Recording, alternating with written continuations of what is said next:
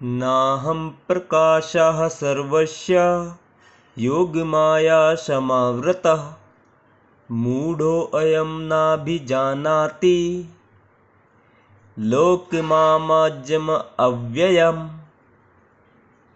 भगवान श्री कृष्ण कहते हैं कि हे अर्जुन, मैं मूर्खों तथा अल्पज्ञों के लिए कभी भी प्रकट नहीं हूँ।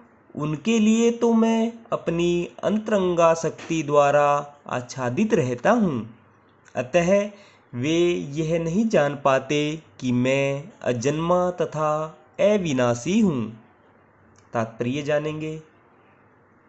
यह तर्क दिया जा सकता है कि जब कृष्ण इस पृथ्वी पर विद्यमान थे और सबों के लिए दृश्य थे, तो अब वे सबों के समक्ष क्यों नहीं प्रकट होते, किंतु वास्तव में वे हर एक के समक्ष प्रकट नहीं थे। जब कृष्ण विद्यमान थे तो उन्हें भगवान रूप में समझने वाले व्यक्ति थोड़े ही थे। जब कुरु सभा में शिशुपाल ने कृष्ण के सभाध्यक्ष चुने जाने का विरोध किया तो भीष्म ने कृष्ण के नाम का समर्थन किया और उन्हें परमेश्वर घोषित किया। इसी प्रकार पांडव तथा कुछ अन्य लोग उन्हें परमेश्वर के रूप में जानते थे, किंतु सभी ऐसे नहीं थे। अभक्तों तथा सामान्य व्यक्ति के लिए वे प्रकट नहीं थे।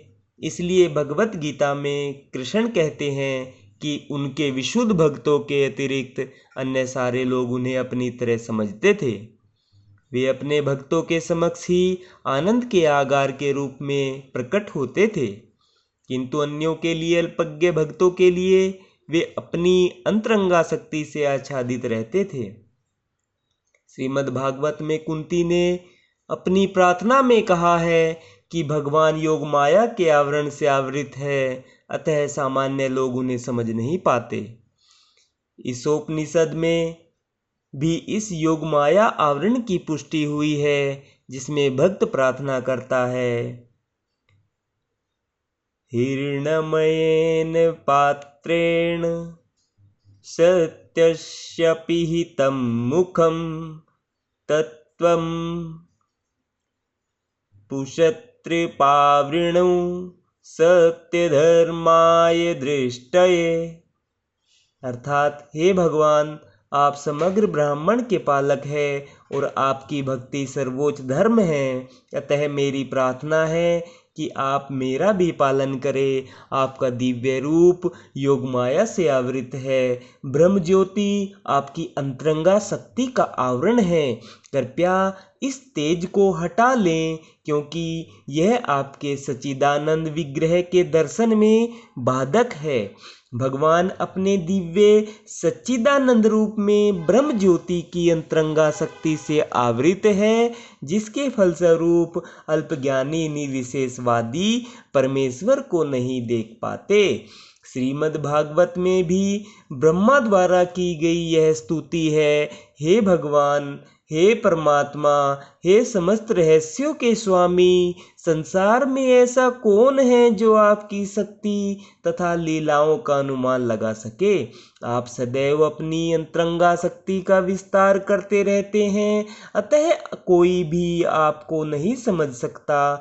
विज्ञानी तथा विद्वान भले ही भौतिक जगत की परमाणु संरचना का या कि विभिन्न ग्रहों का अन्वेषण कर ले, किंतु अपने समक्ष आपके विद्यमान होते हुए भी वे आपकी शक्ति की गणना करने में असमर्थ है।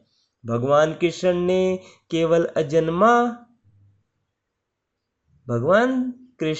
केवल अजन्मा है, अपितु अव्यय भी है। वे सच्चिदानंद रूप है और उनकी शक्तियाँ अव्ययी है।